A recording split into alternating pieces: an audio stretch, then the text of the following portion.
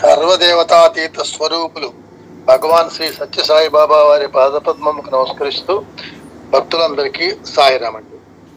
తపోవనము పారాయణములో నిన్నటి విషయంలో స్వామి బదరీ వగైరా పుణ్యక్షేత్రములలో శక్తిపాతము గావించి మరలా ఆ పుణ్యస్థలములో శక్తిని పునరుద్ధరింపజేసి వచ్చారు. వాటిల్లో సోమనాథ్ దేవాలయము, బదరీ, అలాగే కాశీ, తర్వాత ద్వారక, వీటన్నిటిలో కూడా ఆయన మరల శక్తివంతము చేశారు అనట. ఈవేళ ముహూర్త నిర్ణయము, ఇందులో స్వామి సర్వజ్ఞత మనకి తెలుస్తుంది. స్వామి నిర్ణయించిన ముహూర్తం ఒకటి, పండితులు నిర్ణయించినటువంటి ముహూర్తం ఒకటి. దాని గురించి 1962లో భగవాన్ బాబా ప్రశాంతి నిలయంలో వేద పురుష జ్ఞాన యజ్ఞం నిర్వహించాలని సంకల్పించారు. దేశం నలుమూలల నుంచి వేద విధులైన ఘనాపాటీలు, విద్వద్వరేణ్యులు ఇచ్చేశారు. యజ్ఞం ప్రారంభం 1/10/1962 ఉదయం 9:30 గంటలకు అని భగవాన్ బాబా ముహూర్తం నిర్ణయించారు. కానీ ఆ పండితులు గ్రహస్థితిని గురించి ఉదయం 7:30కే యాగశాల ప్రవేశానికి, యజ్ఞ సంకల్పానికి ఉత్తమమైన సమయమని స్వామికి విన్నవించారు. అప్పుడు స్వామి మరలా అంటున్నారు, 9:30 శుభప్రదంగా ఉంది అనుకున్నాను, ఆలోచించండి అని మరలా సూచించారు. ఆ పండితులలో వారణాసి సుబ్రహ్మణ్య శాస్త్రి గారు, కామావధారి గారు, కుప్ప శివరామ బైరాగి శాస్త్రి గారు ముగ్గురు తప్ప మిగిలిన వారు స్వామి దివ్యత్వం గురించి తెలియని వారు. అందువల్ల వారు మరలా స్వామితో ఉదయం 7:30 గంటలకే యజ్ఞ సంకల్పానికి మంచి ముహూర్తం అని వారు నొక్కి వక్కాణించారు. స్వామి చిరునవ్వుతో సరే అన్నారు.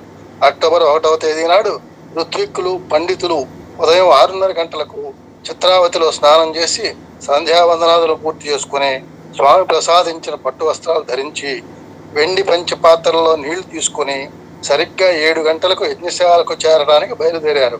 అంతలో ఉన్నట్లుండి ఒక్కసారిగా ఉరుముల మెరుపులతో కుంభవృష్టి ఆరంభమైంది. 7 గంటల నుంచి 9 గంటల వరకు కని విని ఎరుగని వర్షం ఎడతెరిపి లేకుండా కురిసింది. చిత్రావతి పొంగి పొరలసాగింది. పండితులు ఎక్కడి వారు అక్కడ ఆగిపోయారు. వారు స్వామి సర్వజ్ఞత్వానికి ఆశ్చర్యపడ్డారు. భక్తజన సందోహం, భజన గీతాలాపాల మధ్య మంగళవాద్యాలు మారుమోగుతుండగా, వేదఘోషతో ఋత్విక్కులు ముందు నడుస్తుండగా సత్యసాయినాథుడు సరిగ్గా 9:30 వేళ యాగశాల ప్రవేశం చేసి వేద పురుష జ్ఞాన యజ్ఞానికి సంకల్పించారు. యజ్ఞ కలశము. ఆ యజ్ఞం నిర్వహించే బ్రహ్మశ్రీ శివరామ బైరాగి శాస్త్రి గారిని స్వామి 1-2 రోజులు ముందుగానే పిలిపించి, యజ్ఞం అంతా యథావిధిగా నిర్వహించండి, ఏ వస్తువుకు కొరత లేదు, ఏ వస్తువు కావాలో ముందుగానే అన్నీ ఒక జాబితా వ్రాసి ఇస్తే అన్నీ సమకూరుస్తాను అని చెప్పారు. బైరాగి శాస్త్రి గారు మరికొందరు ఋత్విక్కులను సంప్రదించి పెద్ద జాబితా తయారు చేశారు. ఆ వస్తువులన్నీ తగిన విధంగా సమకూర్చబడ్డాయి. మరొక 5 నిమిషములలో ప్రశాంతి మందిరం నుంచి స్వామి బయలుదేరుతారనగా అప్పుడు బైరాగి శాస్త్రి గారికి తాము అసలు ముఖ్యమైన యజ్ఞ కలశం జాబితాలో వ్రాయటం మర్చిపోయిన విషయం గుర్తుకొచ్చింది. ఆ సమయంలో ఆ విషయం స్వామికి ఎవరు చెప్పడం, ఎలా చెప్పడం అని ఒకటే మదనపడ్డారు. చివరకు శివరామ బైరాగి శాస్త్రి గారు ఆ బాధ్యత వహించి, తానే రాయటం మర్చిపోయారు కనుక ఆ బాధ్యత వహించి స్వామిని క్షమించమని వేడుకొని యజ్ఞ కలశం విషయం నెమ్మదిగా విన్నవించారు. అప్పుడు స్వామి అన్నారు, నేను ముందే చూసుకొని చెప్పమన్నాను కదా, సమయం ఉన్నది 5 నిమిషాలా అని గదిలోకి వెళ్ళి 3 నిమిషములలో అద్భుతమైన శిల్ప సంపద ఉట్టిపడుతున్న ఒక వెండి కలశాన్ని తెచ్చి ఇచ్చారు. అది సర్వదేవతా ప్రతిమలతో సర్వలక్షణలక్షితమై విరాజిల్లుతోంది. ఈ పాత్రను షిరిడీ బాబా అవతార కాలంలో చించోళి రాజమందిరంలో ఉంచాను. ఇది అక్కడ పాత సామాన్ల గదిలో ఉంది. ఇప్పుడు నేను అక్కడికి వెళ్ళి ఆ సామాన్ల గదిలో వెతికించి తీసుకురావడానికి ఇంత సమయం పట్టింది. ఇక్కడ చించోళి రాణి గారి యొక్క రాజమందిరంలో ఉన్న పాత్రని ఈయన తీసుకొచ్చినారన్నమాట. ఇప్పుడు నేను వెళ్ళి ఆ సామాన్ల గదిలో వెతికించి తీసుకురావడానికి ఇంత సమయం పట్టింది. ఈ కలశం శాస్త్ర సమ్మతంగా ఉంది కదా, ఇక యజ్ఞం ప్రారంభించండి అన్నారు. ఆ పాత్రపై సాయిబాబా అనటానికి గుర్తుగా హిందీలో సాబా అని కూడా అక్షరాలు ఉన్నాయి. ఈ ఘట్టాన్ని కొన్ని సంవత్సరాల తరువాత ఆడిటోరియంలో బాబా సన్నిధిలో ఉపన్యసిస్తూ ఆ విషయాన్ని బైరాగి శాస్త్రి గారు భక్తులందరికీ కూడా కొల్వంత్ హాల్లో తెలియజేయడం జరిగింది. ఈ విధంగా ముహూర్త నిర్ణయంలోనూ అలాగే యజ్ఞ కలశాన్ని తీసుకురావడంలోనూ స్వామి యొక్క సర్వజ్ఞత్వాన్ని ఈ రెండు సందర్భాల్లో ఈరోజు మనం చదువుకున్నాం. సాయిరామ్ అండి. తర్వాత పెద్దదిగా ఉంది, అందుకని రేపు చదువుకుందాం. సాయిరామ్. వైదిక ధర్మోద్ధరణము అనే హెడ్డింగ్ తోటి ఉందన్నమాట. ఇది వైదిక ధర్మోద్ధరణము. నా అవతార కార్యక్రమంలో ఒకటి అయిన గోబ్రాహ్మణ వేద పోషణములకు తద్వారా వైదిక ధర్మోద్ధరణకు పునాదులు వేస్తున్నాను. స్వామి యొక్క అవతారం యొక్క ముఖ్య ఉద్దేశం ఏమిటో ఈ వాక్యంలో తెలుస్తుంది మనకి. ముఖ్యంగా గో రక్షణ, బ్రాహ్మణ రక్షణ, వేద పోషణ, ఈ మూడిటి కోసమే ఈ అవతారం వచ్చింది అని దానికి పునాదులు వేయటానికి పూనుకున్నాను అని ప్రకటించారు. ఆ వేద పురుష సప్తాహ జ్ఞాన యజ్ఞ మహోత్సవంలో భగవాన్ బాబా వేద పురుషులుగా ఆసీనులయ్యారు. వేద విజ్ఞాన గనులైన బ్రహ్మశ్రీ చురుకుమిల్లి కామోదానులు గారు సర్వాధ్యక్షులుగా, ఆమ్నాయ వాచస్పతి బ్రహ్మశ్రీ ఉప్పులూరి గణపతి శాస్త్రి గారు వేద శాస్త్రాది ధర్మోపన్యాస సభలకు అధ్యక్షులుగా నియమింపబడ్డారు. ఘనాపాఠీలు, పండిత ప్రకాండులు, పలువురు శ్రీయుతులు బులుసు అప్పన్న శాస్త్రి గారు, కడియాల సీతారామ శాస్త్రి గారు, కుప్ప లక్ష్మావధాని గారు, వారణాసి సుబ్రహ్మణ్య శాస్త్రి గారు, రేమేళ్ల సూర్యప్రకాశ్ శాస్త్రి గారు, కల్లూరి వీరభద్ర శాస్త్రి గారు, ఉపా బైరాగి శాస్త్రి గారు, వెంపరాల సూర్యనారాయణ శాస్త్రి గారు, కొంపెల్ల అమ్మన్న శాస్త్రి గారు, అవతా వెంకటరామ శాస్త్రి గారు ఆ యజ్ఞోత్సవంలో పాల్గొన్నారు. పార్థివ శివలింగార్చన, మంత్రజపము, శ్రీమద్ రామాయణ భాగవత, దేవీ భాగవత, శ్రీ భాష్యాది పారాయణములు, సూర్య నమస్కారములు, నవగ్రహ జపములు నిర్వహించారు. ఈ సప్తాహంలో ఋగ్యజుస్సామవేద పారాయణము వీణుల విందై విరాజిల్లింది. అతిరుద్రయాగము నిర్వహింపబడింది. ఆ 7 రోజులు ఆ సప్తాహము మహావైభవముతో కనుల పండుగగా జరిగింది. ఆనాటి సభలో భగవాన్ బాబా ప్రసంగిస్తూ, ఆత్మస్వరూపులారా, సనాతన ధర్మ సంస్థానము చేసి సర్వదేశములకు శాంతి సౌఖ్యములను సమకూర్చటమే నా అవతార ఉద్దేశ్యము. నా సంకల్పానికి తిరుగులేదు. ఎటువంటి వారు నా కార్యక్రమమునకు అడ్డు రాజాలరు. ఇది నిజము. కామ సంకల్పంతో యజ్ఞమునాచరించటము శ్రేయస్సు కాదని, విశ్వమానవ కళ్యాణం కోసం చేసే జ్ఞాన యజ్ఞమే శ్రేష్టమని పూర్వావతారంలో గీతలో చెప్పే ఉన్నాను. యజ్ఞమంటే త్యాగము, త్యాగమంటే స్వార్థరాహిత్యం. వేదము దేవతలను ఉద్దేశించి యజ్ఞము చేయమని శాసించింది. ఆజ్య పురోడాశాది ద్రవ్యము అగ్నిముఖముగా దేవతలకు అర్పింపమన్నది. వాటిని అగ్ని దేవతలకు అందిస్తున్నాడు. ఇది సంభవమా అని కుమతులు ప్రశ్నింపవచ్చును. మన ఊరి పోస్టాఫీసులో మనీ ఆర్డర్ చేయబడిన ద్రవ్యము మన దేశములో కాదు, ఖండాంతరముల యందు వారికి కూడా చేరుతున్నది కదా. ఇంకా సందేహం ఎందుకు?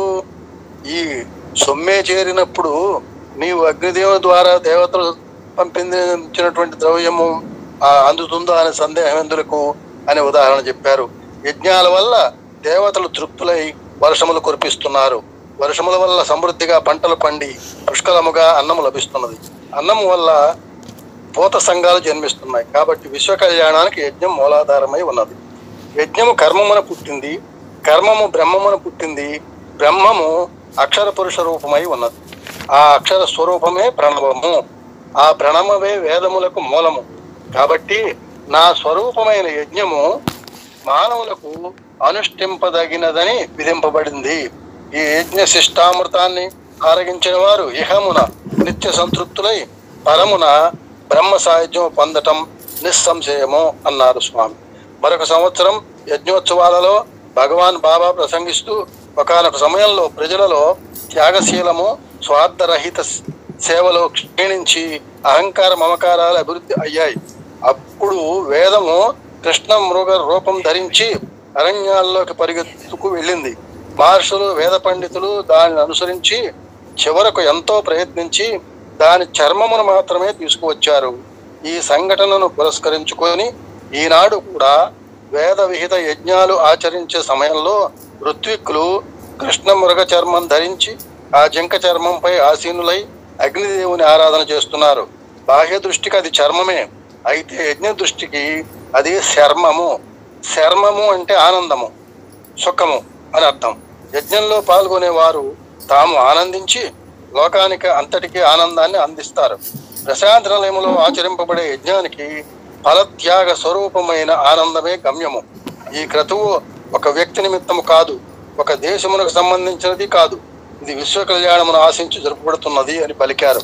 యజ్ఞ పరిసమాప్తి అనంతరం పూర్ణాహితి రోజున ఆ పవిత్ర యజ్ఞ జలాలను స్వామి స్వయంగా వేలాది సదస్సులపై చల్లి పునీతులను చేస్తుంటారు. ఆయుధ పూజ. విజయదశమి నాడు యుద్ధంలో ఉపయోగించే కత్తి కటారులకు ఆయుధ పూజ చేస్తారు. మానవుని దగ్గర ఉన్న కామక్రోధ లోభ మోహ మతమత్తర్యాలనే ఆయుధాలని కూడా అదే విధంగా పూజించాలి అంటారు భగవాన్. వాటిని భగవంతుని వైపు మరలించడమే వాటిని పూజించడం అంటే. ఇదేమిటి దుర్గుణాన్ని పూజించడం ఏంటి అనే సంశయం వస్తుంది. దానికి చెప్తున్నారు స్వామి, వీటిని ప్రభువు వైపుకు తిప్పండి, అదే పూజ అవుతుంది. ఆ ప్రభువు వైపుకు తిప్పేసరికి ఆ దుర్గుణాలన్నీ సుగుణాలుగా మారతాయి. కామము అంటే తీవ్రమైన కోరిక, మంచిదే అది, దానిని భగవంతుని వైపు మరల్చు. అప్పుడు అది భగవంతుని దర్శించాలని, ఆయన ప్రసన్నం చేసుకోవాలని, ఆయన అనుగ్రహం పొందాలని తప్పించిపోతుంది. అప్పుడు కామము కాంక్షగా మారిపోతున్నది. ఇక క్రోధము, కోపము, ఇది దుర్గుణం. అయితే దానిని భగవంతుని వైపు ఎలా తిప్పుతాం? భగవానుడు ఇంకా రాలేదే, ఎన్నాళ్ళు నేను ఎదురు చూడాలి, నాలో ఏమి తప్పున్నది, ఎందుకు నన్ను అనుగ్రహించడు అని ఆయనపై పంతం పట్టు ఆ క్రోధం పట్టుదలగా మారుతున్నది. ఇక లోభం అంటే పిసినార్తనం, ఇది కూడా ఉండవలసిందే అంటారు. ఆ లోభ గుణాన్ని భగవంతుని వైపు మరల్చు. భగవంతుడు నావాడే, నాకు చెందినవాడు, ఆయన నా ప్రభువు, నేను ఆ ప్రభువునకు చెందినవాడను అని అలమటించిపోతుంది. అప్పుడు ఆ లోభ గుణము ఆర్తిగా మారుతుంది. మోహము అంటే వివేకం కోల్పోవడం. మరి దానిని భగవంతుని వైపు త్రిప్పు. భగవంతుడు లేకపోతే నేను బ్రతకలేను, ఆయన తోడిదే నా లోకము అని ఎవరి మాట వినకుండా, ఎవరిని లెక్క చేయకుండా పిచ్చిదైపోతుంది మనస్సు. అంటే ఆ మోహము మూఢభక్తిగా మారుతున్నది. కాబట్టి మూఢభక్తి అనేది చాలా గొప్పది. ఇక చివరి మదము అంటే దానిని భగవంతుని వైపు పోనివ్వు. నాకు భగవంతుని అండ ఉన్నది, నన్నెవరు ఏమి చేయలేరు, నాకేమీ భయం లేదు, భగవంతుడు నన్ను ఎందుకు వదిలిపెడతాడు అనే భావనతో మదము విశ్వాసంగా మారుతుంది. మాత్సర్యం అంటే అసూయ, దానిని కూడా ఉంచుకో. ఎలాగా? దానిని పరమాత్మ వైపు ప్రసరింపచేయి. నా స్వామి, నా ప్రభువు వేరొకరి వాడు అవుతున్నాడే, నాకు దూరం అవుతున్నాడే అని ఆరాట పడిపోవడం వల్ల ఆ మాత్సర్యము తపనగా మారిపోతుంది. సర్కస్ లో సింహాలు వాటి మాస్టర్ చెప్పినట్లుగా వింటాయి. సర్కస్ లో సింహాలు వాటి మాస్టర్ చెప్పినట్లుగా వింటాయి. అలాగే అరిషడ్ వర్గాలను కూడా వాటి అధిపతికి అప్పచెప్పినప్పుడు అవి వాటి తీవ్రతలను వదిలిపెట్టి సాత్వికంగా మారిపోతాయి. అదే ఆయుధ పూజ అంటే అని అన్నారు భగవాన్ బాబా. ఓం శ్రీ సత్యసాయి పరబ్రహ్మణే నమః. శాంతి శాంతి శాంతి. ఇది 5వ అధ్యాయం పూర్తి.